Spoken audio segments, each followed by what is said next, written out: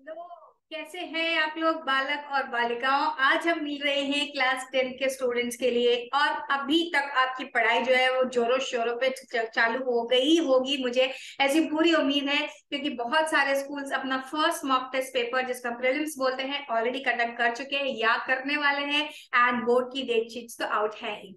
चलिए, तो आज मैं आप लोगों के साथ यहाँ पर मिल रही हूँ एक बहुत इंपॉर्टेंट चैप्टर करने के लिए, जिसका नाम है demand and law of demand. Yes, ये चैप्टर ऐसा है जो बच्चों को काफी परेशान करता है। Demand, elasticity of demand and supply के जो चैप्टर्स है, ये काफी वेटेज भी रखते हैं एंड इंपॉर्टेंट चैप्टर्स है। तो हमने आज इन वन शॉट इस चैप्टर को कंप्लीट करना है। पूरा का पूरा चैप्टर हम लोग निपटा डालेंगे। तो बस डटे रहिए, सीट बेल्ट बांध लीजिए और शुरुआत करते हैं। सो वी आर हियर, मैं आपके साथ शेयर कर रही हूँ वन ऑफ माई।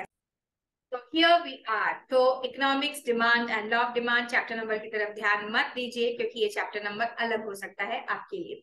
यहाँ पे कुछ मार्किंग्स पहले से की हुई है, प्लीज इग्नोर दैट। ओके, क्योंकि मैं ये चैप्टर किसी दूसरे क्लासेस में भी पढ़ा रही थी, तब मैंने सेम पीपीटी स्टार्ट किया था एंड आज रिकॉर्डिंग करने से पहले मैंने डिलीट करना भूल गई हूँ। So sorry for that, but yes, चलिए स्टार्ट करते हैं। सबसे पहले, व्हाट इज डिमांड? जो डिमांड होता है, डिमांड ऑफ अ कमोडिटी, किसे हम डिमांड बोलते हैं? देखिए, नॉर्मल बोलचाल की भाषा में हम लोग बोलते हैं डिमांड एंड जो वांट है या डिजायर है, वो सब कुछ एक ही है। लेकिन इकोनॉमिक्स में ऐसा नहीं होता है। इकोनॉमिक्स में हमें डिमांड की एक वेरी स्पेसिफिक डेफिनेशन दी हुई है, हमें उस पर स्टिक करना होगा। मैं अपने आप को छोटा कर रही हूँ सो दैट यहाँ पर जो लिखा हुआ है वो आपको ठीक से दिखाई दे। So demand for a commodity refers to the quantities of commodity which is which मैं अपने आप को छुपा लेती हूँ थोड़ी देर के लिए। Yes, this is better. Commodity which consumers are willing and able to purchase at various possible prices during a particular period of time. हर एक लाइन इंपॉर्टेंट है यहाँ पर जो लिखी हुई है। Demand for a commodity refers to the quantities of a commodity which consumer are willing and able to purchase. Now, सबसे पहली जो कैरेक्टरिस्टिक है वो ये है कि consumer has to be willing for any product to be bought. तो उसकी विलिंगनेस होनी चाहिए, he should be able to purchase, मतलब परचेजिंग पावर होनी चाहिए। एंड डिमांड का जो कनेक्शन है वो हमेशा होता है प्राइस के साथ एंड टाइम पीरियड के साथ। तो price and time period should also be taken into consideration always always, क्योंकि आगे चल के हम पढ़ेंगे जो डिमांड का चैप्टर है वो कैसा है, वो फ्लो वेरिएबल है। We are talking about the flow, मतलब कि हम एक पॉइंट ऑफ टाइम की बात नहीं कर रहे, हम पीरियड ऑफ टाइम की बात कर रहे हैं। That period can be 1 week, that period can be 15 days, that period can be 1 month also. So we have to always talk about the time period and the price, because at different given prices different demand हो सकती है consumer की। चलिए आगे चलते हैं और देखते हैं। Demand refers to both the desire to purchase and the ability to pay for a commodity. Obviously, desire भी होनी चाहिए and purchasing power भी होनी चाहिए. Only desire is not going to have any help. I may wish to buy a chartered plane for myself, but I should have the purchasing power for that, जो मेरे पास नहीं है। या फिर मेरे पास purchasing power है लेकिन मेरी ऐसी कोई भी ख्वाहिश नहीं है, तो मैं उसे डिमांड नहीं बोल सकती। तो this should be backed by both the things, मतलब डिमांड तो होनी चाहिए, तब उसे डिमांड, वांट को डिमांड कब बोलेंगे, जब उसके लिए विलिंगनेस है किसी का कंज्यूमर की, एंड साथ ही साथ उसका जो है परचेजिंग पावर भी उसे बैक करता है।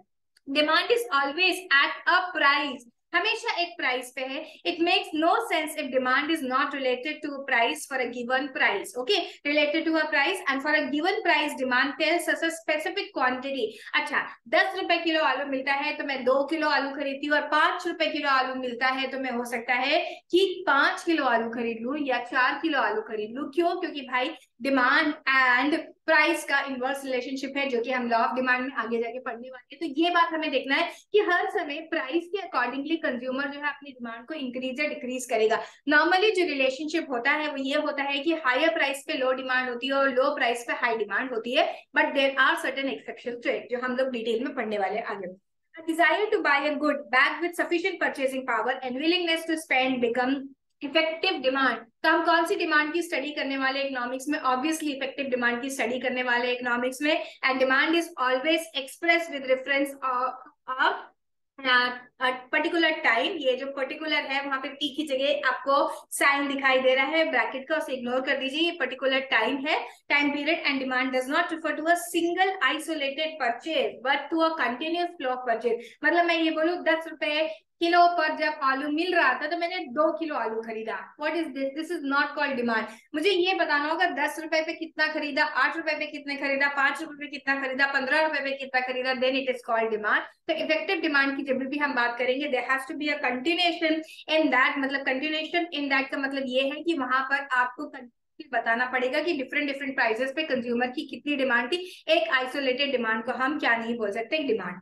चलिए, आई होप ये बात आपको क्लियर आ गई। तो एक बार रिवाइज कर ले, क्लियर हो गई है कि डिमांड क्या होती है। Demand is any demand by the consumer, जहां पर कंज्यूमर के पास वांट है, विलिंगनेस टू परचेज है, and consumer has a purchasing power. Demand is always associated with the time period, the price, and अलग अलग प्राइस पर अलग अलग डिमांड होगी, अलग अलग टाइम पीरियड पर अलग अलग क्या होगी, यस, डिमांड होगी।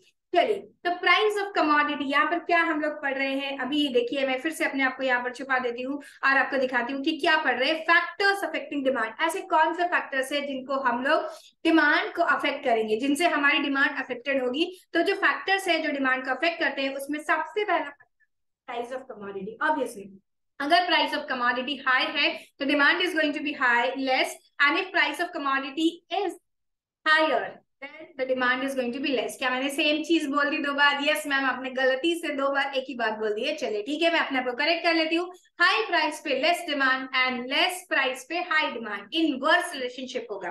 देन उसके बाद एक और फैक्टर एंड बहुत सारे दूसरे फैक्टर है। Price is one of the primary factor which is going to effect the demand of a consumer, but this is not the only factor which is going to effect the demand of a consumer. तो और क्या factors हो सकते हैं? Consumer taste and preference, consumer का taste and preference क्या commodity के लिए है, क्या उसे वो फेवर करता है, तो कंज्यूमर जो है वो ज्यादा परचेज करेगा even at the given prices. लेकिन गुड इवन इफ सस्ते दाम पे मिल रहा है लेकिन ओल्ड फैशन हो गया है या कंज्यूमर की लाइकिंग नहीं है उसके लिए, तो consumer is not going to buy. So हमेशा याद रखिए, ओनली डिमांड को जो इफेक्ट करता है वो प्राइस नहीं है, there are lot of other factor. जैसे हमने बोल दिया कि कमोडिटीज ओन प्राइस में अगर सस्ता मिलेगा तो ज्यादा खरीदा जाएगा, अगर महंगा मिलेगा तो कम खरीदा जाएगा, बट ऐसा नहीं है कि हमेशा ये ट्रू होगा।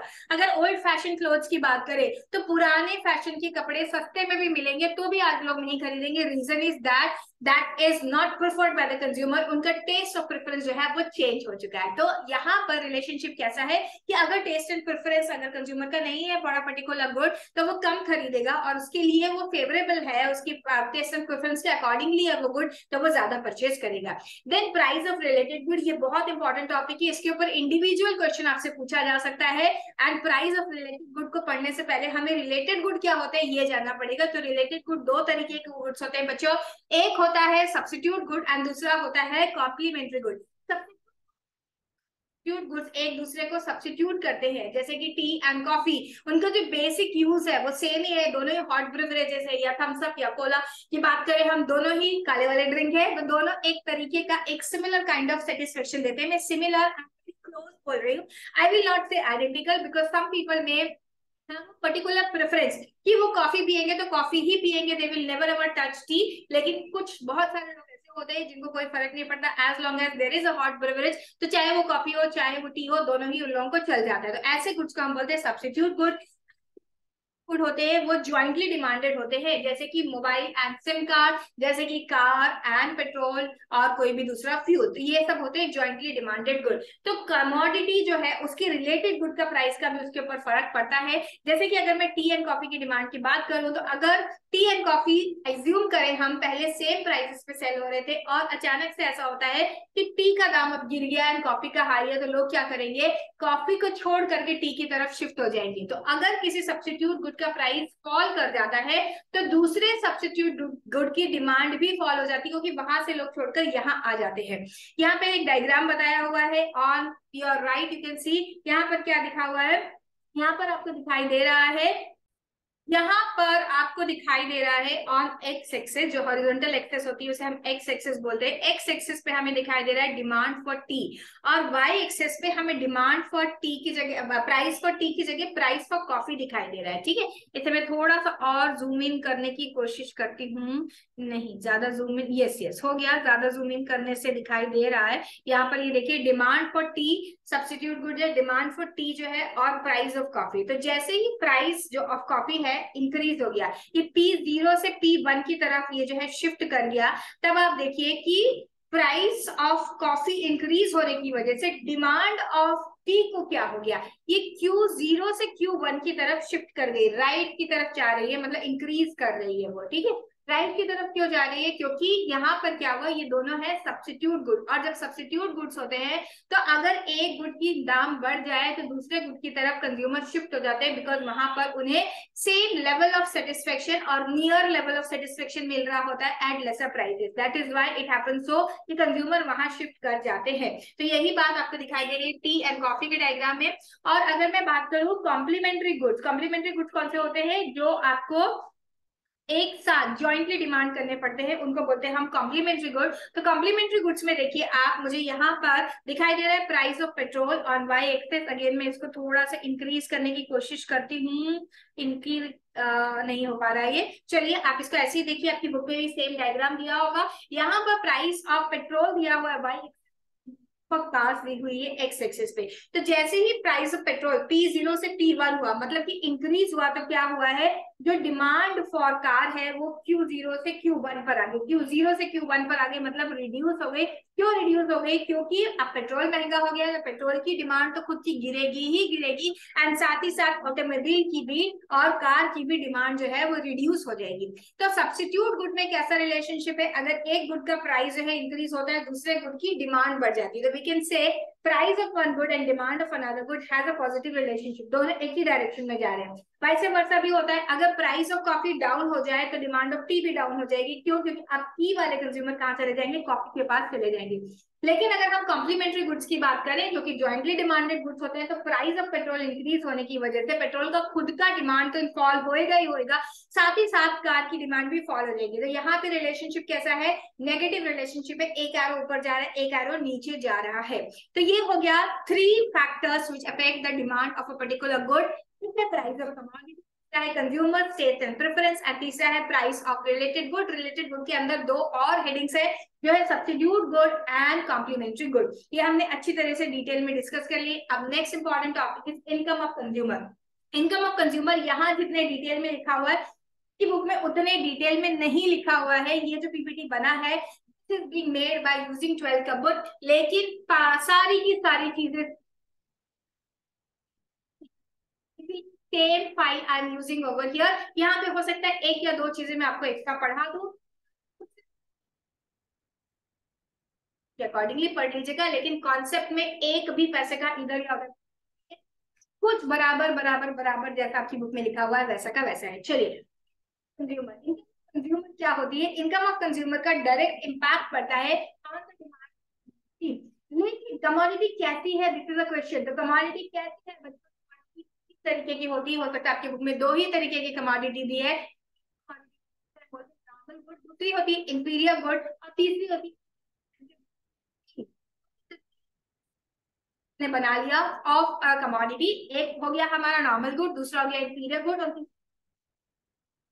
तो जैसे ही इनकम ऑफ कंज्यूमर इंक्रीज होगी, वो क्या करेगा, अपना consumption for the normal good को बढ़ा देगा। So there is a positive relationship, income increase हो रही है, consumption for the normal good is also increasing, demand of the normal good is also increasing. तो यहाँ बोलते हैं there is a positive relationship because of the increase in the income, what is happening, normal good की demand भी increase हो रही है। लेकिन इंफीरियर गुड्स वो गुड्स होते हैं जो कि कंज्यूमर कंज्यूम तब करता है जब उसके पास इनफ मनी नहीं है to by the normal good, इसीलिए उसे मजबूरी में इंफीरियर गुड लेना पड़ता है, जैसे कि मेज एंड ऑल। ये जो है गुड्स है, ये इंफीरियर गुड्स है। जो नॉर्मल गुड है वहां पे राइस, व्हीट, इस तरीके के मिल्स, ग्रेन्स आते हैं, मिलेट एंड ऑल, जो सस्ते वाले ग्रेन्स होते हैं, वो कंज्यूमर इसीलिए परचेज करता है क्योंकि उसकी परचेजिंग पावर उतनी नहीं है, उसके पास इतनी इनकम नहीं है, इसीलिए वो नॉर्मल गुड को अफोर्ड नहीं कर पा रहा है, अब वो इंफीरियर गुड खरीदता है। लेकिन जैसे ही उसकी इनकम इंक्रीज हो जाएगी, वो क्या करेगा, नॉर्मल गुड का कंजम्पशन को इंक्रीज कर देगा एंड इंफीरियर गुड के कंजम्पशन को डिक्रीज करेगा। अब वो चाहता है अपना स्टैंडर्ड ऑफ लिविंग को इंक्रीज करना,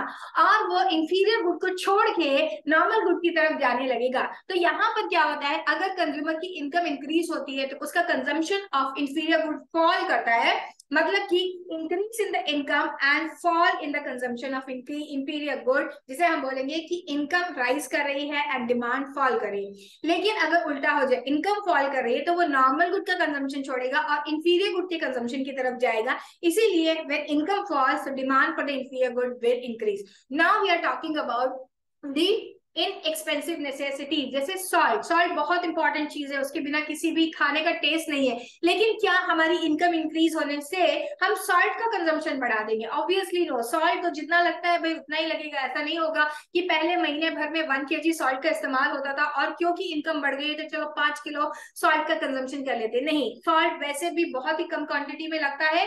और क्या होता है, salt is one of the necessities. तो अब क्या होगा, इनकम चाहे कितनी भी हो, ज्यादा हो कम हो, सॉल्ट का कंजम्पशन ऐसे ही रहने वाला है, स्टैटिक एट वन प्लेस। तो उसके ऊपर कोई फर्क नहीं पड़ेगा। ऐसे ही बहुत सारी नेसेसिटीज होती है जहां पे कंजम्पशन पे बहुत फर्क नहीं पड़ सकता या बहुत स्लाइट सा चेंज आएगा because of change in income.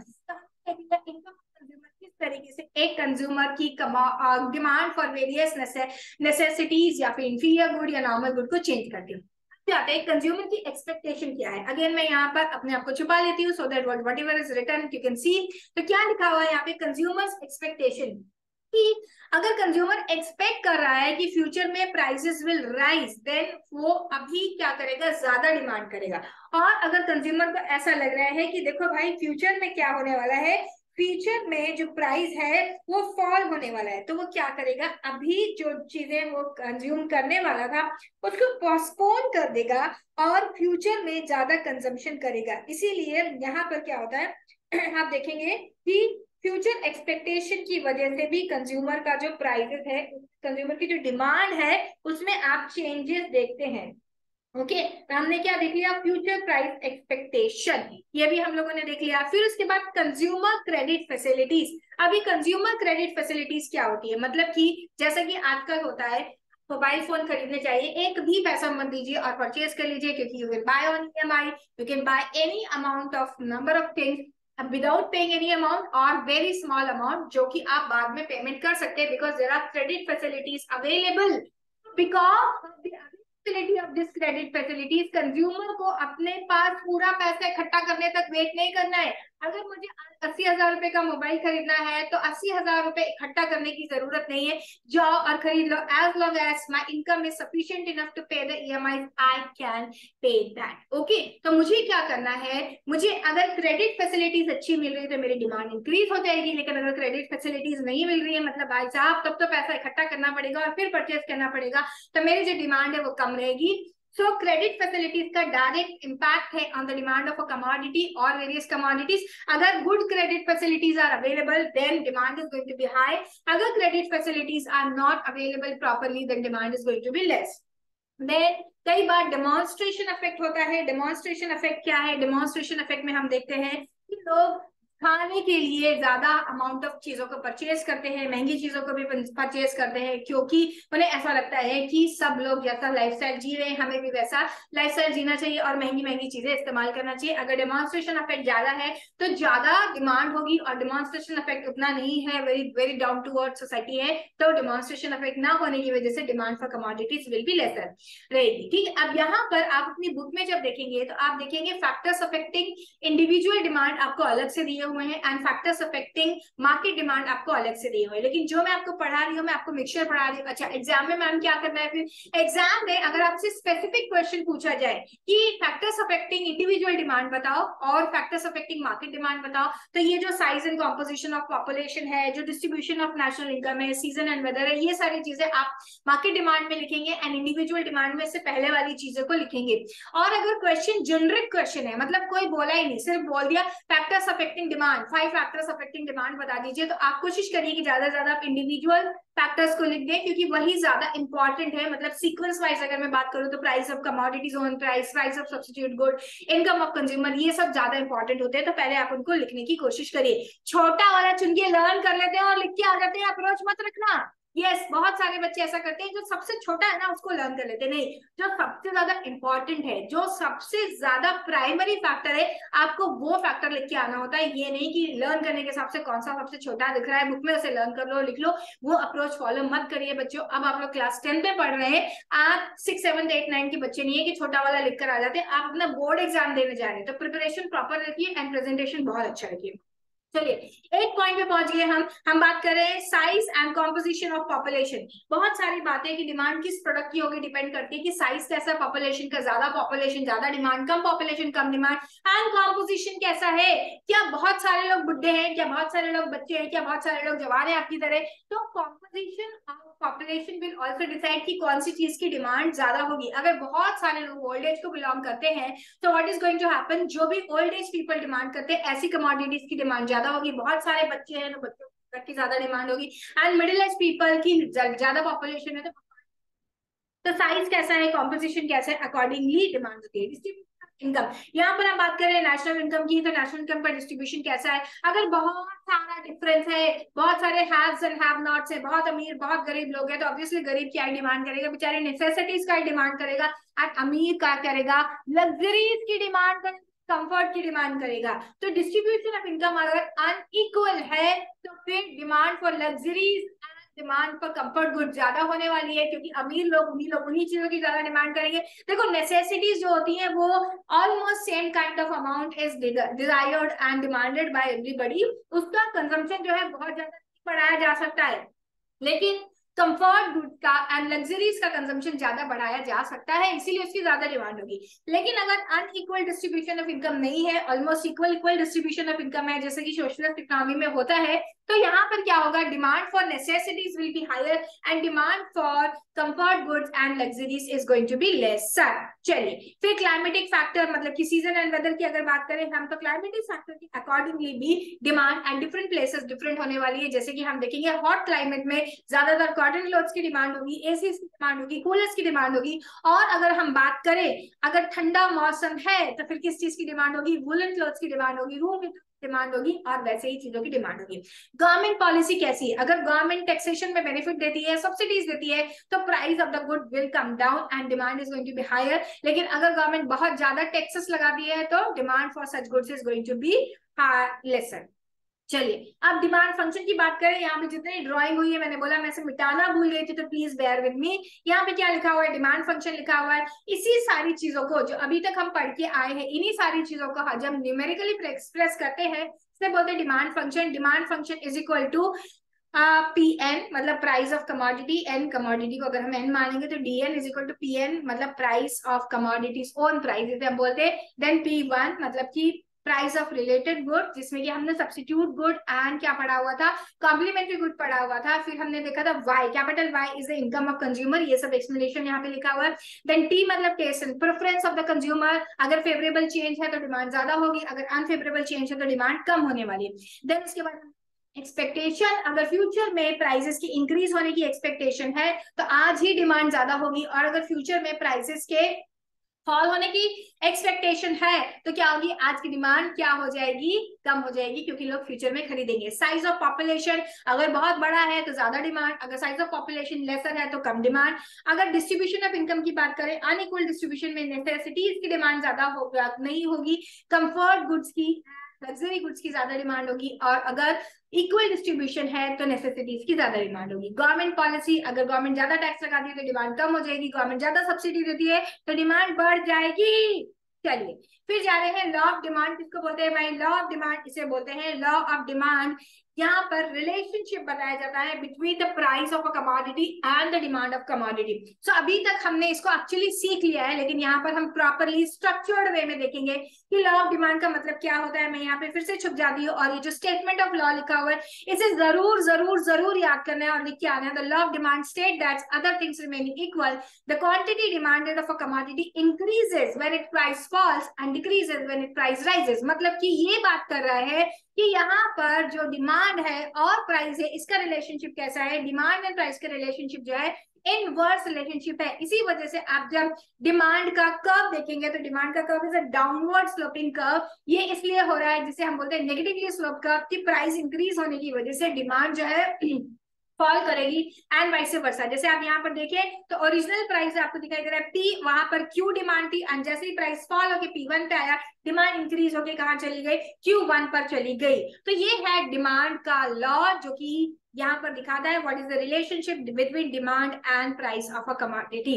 Okay, so there is an inverse relationship between the price and demand of a commodity. बहुत आगे चली गई हूं मैं। चलिए, ये है डिमांड का लॉ। अब डिमांड के लॉ के पढ़ने के बाद आपको हमेशा ये सब चीजें लिख के आनी होंगी। लॉ ऑफ डिमांड को लिखते टाइम आपको लिखना होगा कि कंज्यूमर का ये सॉरी डिमांड का टेबल कैसा है, प्राइस है, उसको बोलते हैं शेड्यूल, डिमांड शेड्यूल बोला जाता है, वो आपको लिख के आना पड़ेगा। स्टेटमेंट ऑफ लॉ आपको लिख के आना पड़ेगा। डायग्राम आपको बनाना पड़ेगा। एंड इकोनॉमिक्स में बच्चों जहां पर भी पूछा जाए डायग्राम जरूर बनाकर आइए, क्योंकि बिना डायग्राम के अगर आप क्वेश्चन लिख कर आएंगे तो आपको पूरे मार्क्स मिलने के चांसेस कम है। तो जहां पर भी हो सकता है डायग्राम बना के आ जाना है। चलिए, अब हम पढ़ रहे हैं assumptions of law of demand.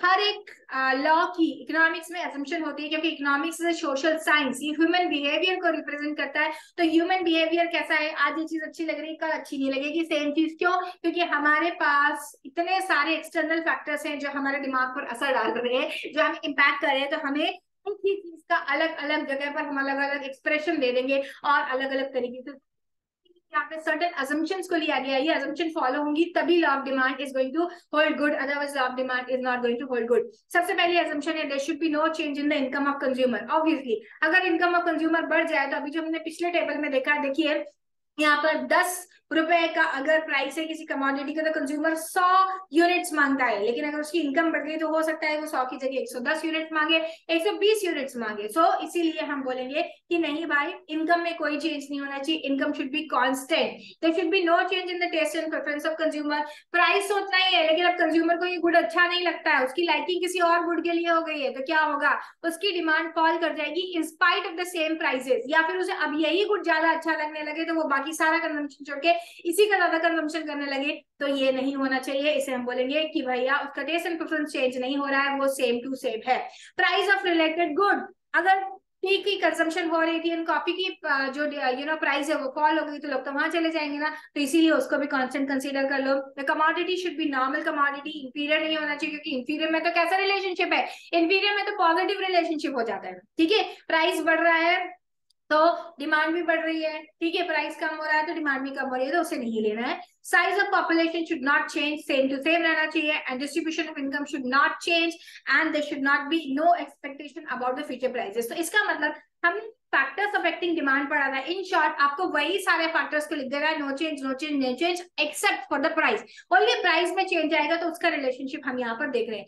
इतना इजी है ये, assumptions हो गया। चलिए, इसके बाद हम लोग बात कर रहे हैं not to confuse expectation with assumption, exceptions with assumption। यहाँ पे सारे एक्सेप्शंस भी होंगे जहां पर law of demand is not applicable. And law of demand is not applicable मतलब यहाँ देख लीजिए कि देखिए कैसा लॉ ऑफ डिमांड ना एप्लीकेबल होने पे डायग्राम बनता है। लॉ ऑफ डिमांड एप्लीकेबल अगर नहीं है या law of demand is not holding good, तो आप देखेंगे अपवर्ड स्लोपिंग डिमांड कब बन रहा है। अपवर्ड स्लोपिंग डिमांड कब बन रहा है, मतलब कि प्राइस बढ़ रहा है साथ ही साथ डिमांड भी बढ़ रही है। अरे ऐसा कैसा हो गया, ये होता है इन सच केसेस जहां पर law of demand is not applicable. तो ये है आपका exceptions of law of demand. यहाँ पर law of demand applicable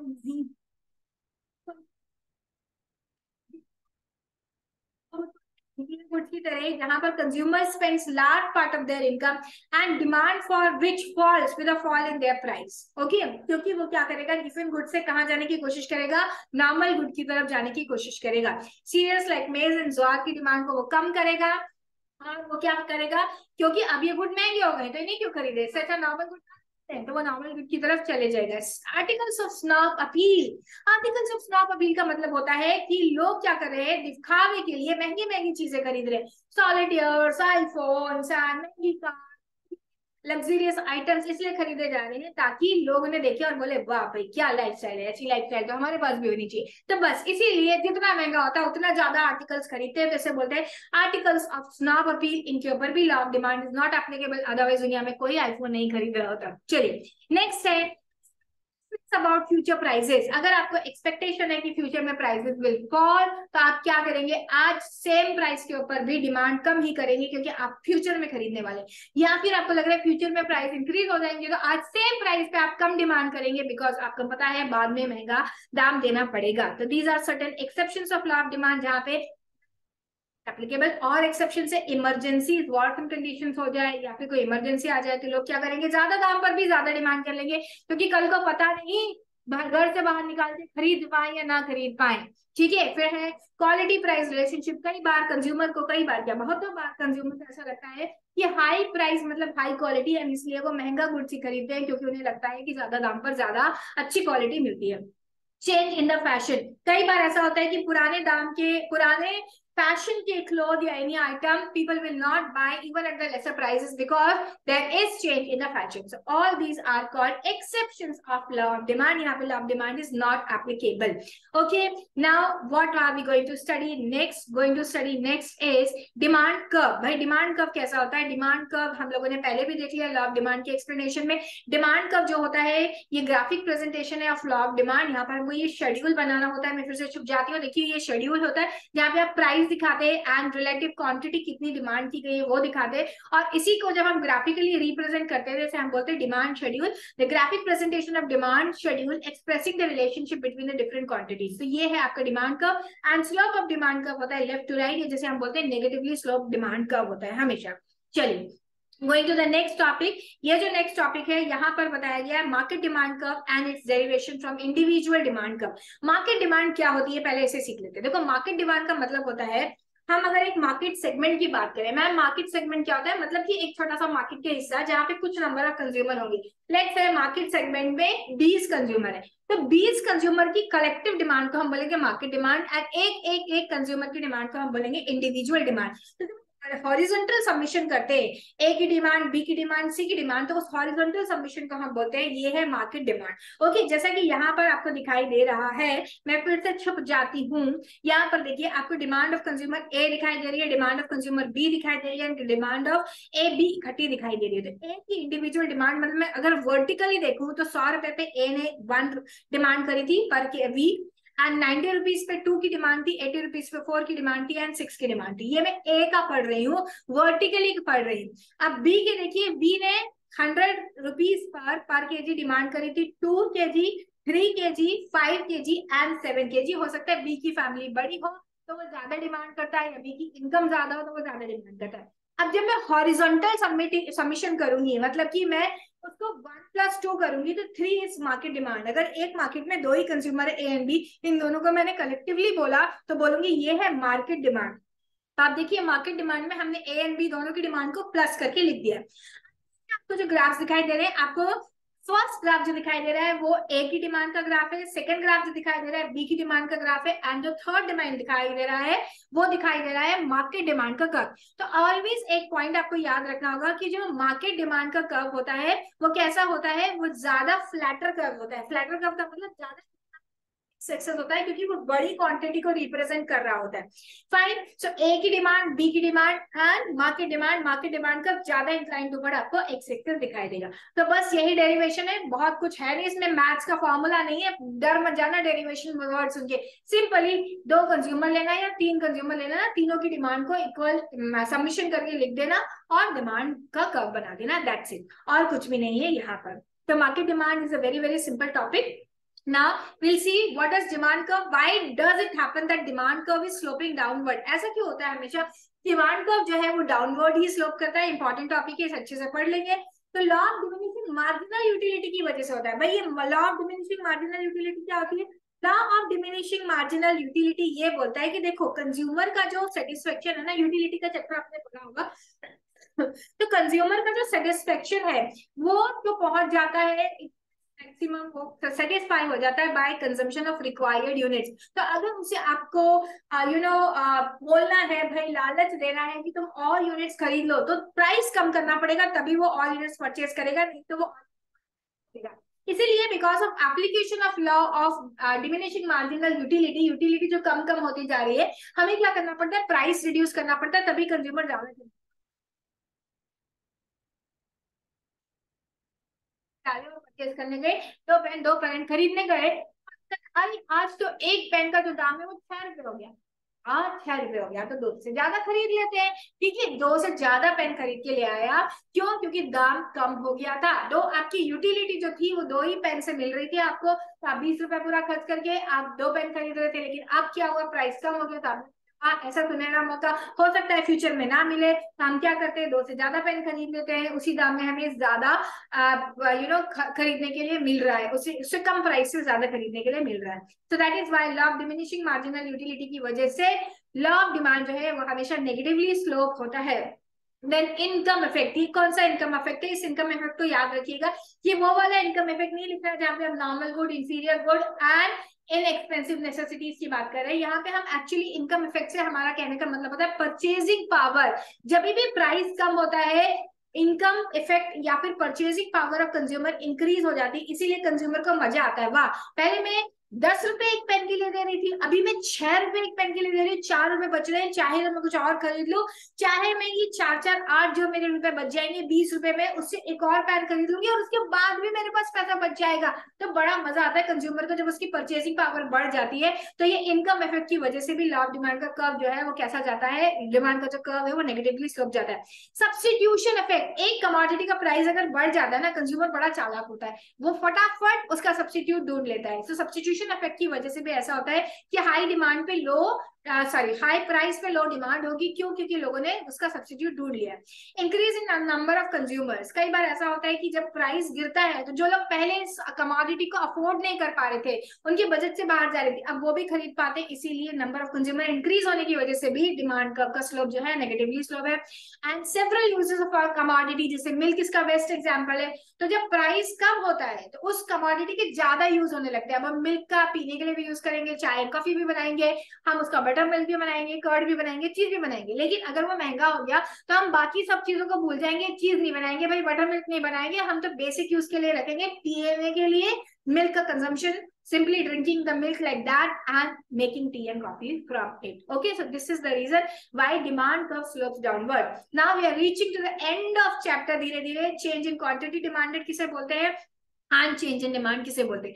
change in quantity demand, फिर से मुझे माफ करिए, ये सब मैं जो इरेज करना भूल गई, मैंने ऐसे ही ले लिया। चेंज इन क्वांटिटी डिमांडेड का मतलब होता है क्वांटिटी डिमांडेड से हमेशा याद रखिए सेम डिमांड कर्व पे जो मूवमेंट होता है उसको हम बोलते हैं change in quantity demanded. Quantity word का यूज करना बहुत जरूरी है, क्योंकि चेंज इन डिमांड का मतलब पूरा का पूरा डिमांड कर्व राइट की तरफ जा रहा होता है या पूरा का पूरा डिमांड कर्व लेफ्ट की तरफ आ रहा है। अब यहाँ पे जब हम चेंज बोलते हैं, चेंज इन क्वांटिटी डिमांड, तो हम लोग बात कर रहे होते हैं कॉन्ट्रैक्शन एंड एक्सपेंशन की। तो जब भी प्राइस इंक्रीज होता है उसकी वजह से जो डिमांड में फॉल होता है, और वो फॉल कहाँ है, सेम डिमांड कर्व पे। जैसे आप यहाँ देखिए, हमारा ओरिजिनल प्राइस है P1, अगर P1 से डिमांड चले जाते, प्राइस चला जाता है P3 पे, तो आप देखेंगे करस्पॉन्डेंटली P1 पे जो डिमांड हो रही थी वो Q1 हो रही थी, अब वो Q3 पे चली गई है, रिड्यूस हो गई।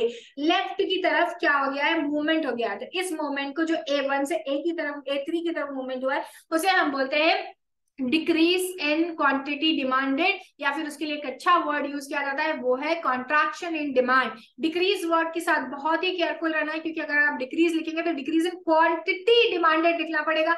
तो मैं आपको बोलूंगी लिखिए ही मत, क्या लिखिए, कॉन्ट्रैक्शन लिखिए। और अगर उल्टा हो जाए कि प्राइस कम हो जाए तो same commodity will be demanded मोर, जैसे कि आपको दिखाई दे रहा है P2 पे जब प्राइस चला गया तो जो क्वांटिटी डिमांडेड है वो Q1 से Q2 की तरफ चलेगी, मतलब राइट की तरफ मूव कर गई, लेकिन सेम डिमांड कर्व पे।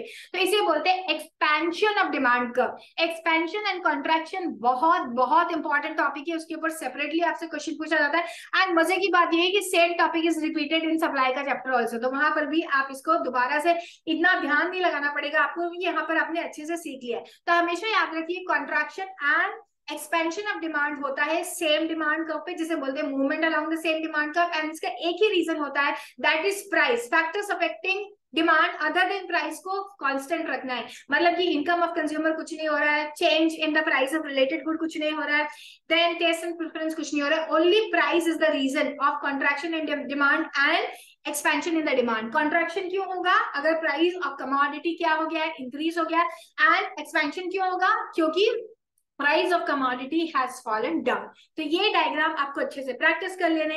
अब इसके बाद हम चेंज इन डिमांड की बात करें। चेंज इन क्वांटिटी वर्ड चला गया, यहाँ से ध्यान दीजिए, क्वांटिटी वर्ड चला गया, चेंज इन डिमांड लिखा है। यहाँ पे क्या लिखा हुआ था, यहाँ लिखा था चेंज इन क्वांटिटी डिमांडेड लिखा हुआ था, और यहाँ लिखा हुआ change in demand. Change in demand में प्राइस कांस्टेंट होता है, प्राइस चेंज नहीं हो रहा है, अदर फैक्टर्स आर चेंजिंग। जब other factors are changing apart from the price, तो पूरा का पूरा डिमांड का उठ के यहाँ चला जाता है, मतलब राइट में या लेफ्ट में। अगर राइट की तरफ शिफ्ट होता है तो हमसे बोलते हैं इंक्रीज इन डिमांड। वो क्यों हो सकता है? Change in price of substitute good, change in price of complementary good, change in the income of consumer, change in the government policy, change in taste and preference and any other factor जो हमने demand function में पढ़े थे apart from the price of commodity. तो इसे बोलते हैं increase in demand. अगर वो राइट की तरफ चला जाए, अगर लेफ्ट की तरफ शिफ्ट हो जाए तो उसे बोलते हैं डिक्रीज इन डिमांड, मतलब सेम प्राइस पे अब कम कमोडिटी डिमांड करी जा रही है। मे बी कंज्यूमर की इनकम कम हो गई, मे बी कंज्यूमर का टेस्ट एंड प्रेफरेंस चेंज हो गया, मे बी सब्स्टिट्यूट गुड अब सस्ता मिलता है तो इस गुड की डिमांड कम हो गई। तो ये सारे रीजंस हो सकते हैं। तो इसे बोलते हैं इंक्रीज एंड डिक्रीज। हमेशा राइट की तरफ होती है इंक्रीज एंड लेफ्ट की तरफ होती है डिक्रीज। अगेन डायग्राम इसके जरूर प्रैक्टिस करने इंपॉर्टेंट है। ओके, तो शिफ्ट के क्या क्या फैक्टर्स है एंड इंक्रीज एंड डिक्रीज, इसे आप पढ़ लीजिएगा। आपकी बुक में भी कुछ इस तरह का शायद टेबल दिया हो, ना दिया हो तो आप इसे यहाँ पर पॉज कर लीजिए और बना लीजिए। मैं छुप जाती हूँ, इसका स्क्रीनशॉट ले लीजिए और इसे पॉज करके लिख लीजिए चाहिए तो, क्योंकि ये इंपॉर्टेंट है। इसे आप लर्न कर लेंगे तो आप कभी भी increase decrease and expansion contraction में कंफ्यूज नहीं होने वाले। ओके चलिए मूविंग अहेड, बस इतना ही था। मूविंग अहेड कुछ है ही नहीं। This was the last slide. Happy?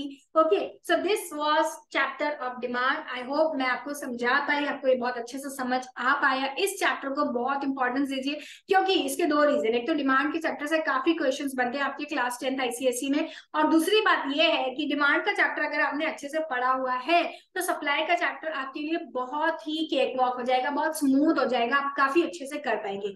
तो आई होप स्टूडेंट्स मैंने आपको अच्छे से समझा दिया है। अगर आपको वीडियो अच्छा लगा है तो प्लीज कमेंट बॉक्स में लिख करके बताइए। एंड सब्सक्रिप्शन अगर अभी तक आपने नहीं किया है मेरे चैनल का तो पाप लगेगा पाप, सब्सक्राइब कर लीजिए एंड वीडियो को लाइक एंड शेयर करना मत भूलिए। Will meet once again with some कोई और चैप्टर के साथ, with some other chapter. Till then bye, keep studying, stay safe, stay healthy.